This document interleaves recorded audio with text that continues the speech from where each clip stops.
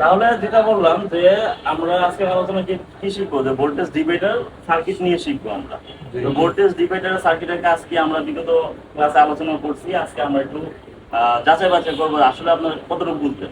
তো বিশেষ করে হচ্ছে আমাদের রেজিস্টরের সিরিজ এবং প্যারালাল নিয়ে আমরা শিখবো, যেটা কিনা আমাদের ডিভাইডার সার্কিট সার্কিট তৈরি করতে অনেকটা হেল্প করবে। অনেক সময় আমাদের রেজিস্টর মিসিং হয়, আমরা রেজিস্টর কি করি যে একটা বোর্ড থেকে আরেকটা নেই, কাঙ্ক্ষিত মানের পাচ্ছি না। তো সেই ক্ষেত্রে আমাদের সিরিজ প্যারালাল সম্পর্কে আমাদের জানতে হবে। সিরিজ প্যারালাল সম্পর্কে যদি আমরা জানি, তাহলে আমরা খুব সহজেই আমাদের মিসিং কম্পোনেন্টটা রিপ্লেসমেন্ট করতে পারবো। হয়তো কম্পোনেন্টের অভাবে কাজটা ফেরত চলে যাবে, তাই না? তা আমাদের কাজ কি, যে একটা নষ্ট হয়ে গেছে একটা পাশ, সেই পাশটাকে আমরা রিপ্লেসমেন্ট করে দিই, এটা হচ্ছে আমাদের কাজ, তাই না? কিন্তু আমাদের তো মান জানতে হবে যে কোন জায়গায় কিভাবে বসাইতে হবে, হ্যাঁ, এগুলি জানতে হবে। তো এটা তো আপনারা খুব সহজে বুঝে ফেলবেন যে এখানে ধরেন তিনটা রেজিস্টার আমরা বসাইলাম, এটাকে বলা সিরিজ।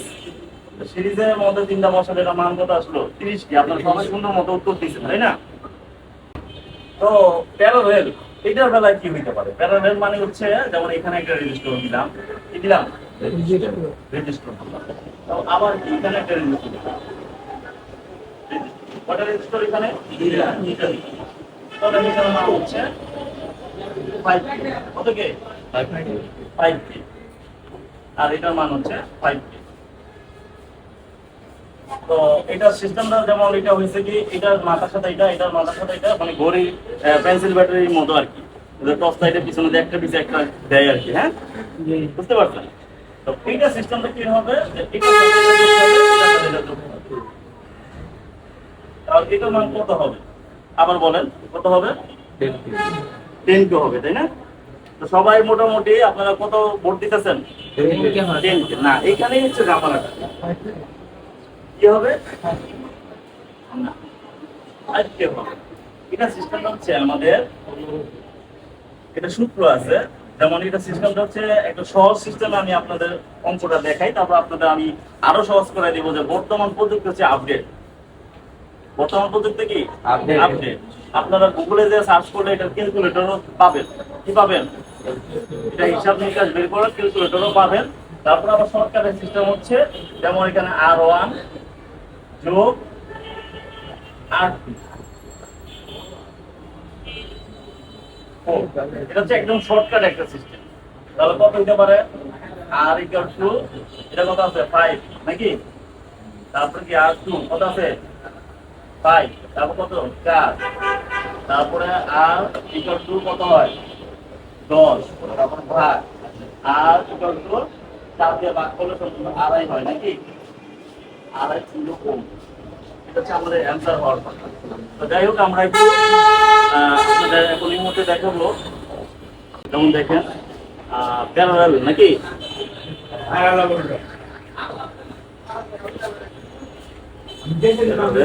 Register, calculator. পারবো আমরা এইভাবে সার্চ দিতে? পারবো। তাহলে আমরা এই গেলাম। তাহলে এখানে হচ্ছে আমাদের আরো অনেক কত দিছিলাম? 5 দিছিলাম। তো 5 এর পাশে কি আছে? ওম দেওয়া আছে, আমরা এখানে কে দিয়ে দিলাম। বুঝো যায়? ভালো করে জুম করে দেখাও। বুঝো যায়? তার টুতে কত কত ছিল? 5। তাহলে 5 দিলাম, এখানে কত আছে? ওম। তাহলে আমরা এখানে কে দিয়ে দিলাম। বুঝতে পারলাম? আর এখানে রেজাল্টটা আমরা কি পাইতে চাই? কে দিয়ে জানতে চাই, তো কে দিয়ে দিলাম। তো দেখেন আমাদের সার্চ দেওয়া লাগবে না। আলহামদুলিল্লাহ আমাদের রেজাল্ট কত আছে? 2.5 কে। কত আছে? কত আছে? ব্যাপারটাকে বুঝতে পারছি। আর এখানে আপনাকে ফর্মুলা দেওয়া আছে, ওদের সিস্টেমটাও করতে পারেন। আমি আপনাকে শর্টকাট ফর্মুলা শিখিয়ে দিলাম, যে দুইটা রেজিস্টারের মান যত হবে আপনি এটাকে যোগ করে 4 দিয়ে ভাগ দিবেন। কি করবেন? 4 দিয়ে ভাগ দিবেন। তাহলে এটা মান এসে পড়বে 2.5 কে। এখন কথা হচ্ছে, আপনার কাছে 2.5 কে রেজিস্টার নাই, তখন এই ফর্মুলা দিয়ে আপনি 2.5 কে বানাই ফেলতে পারবেন। 2.5 কে রেজিস্টার বানাই ফেলতে পারবেন।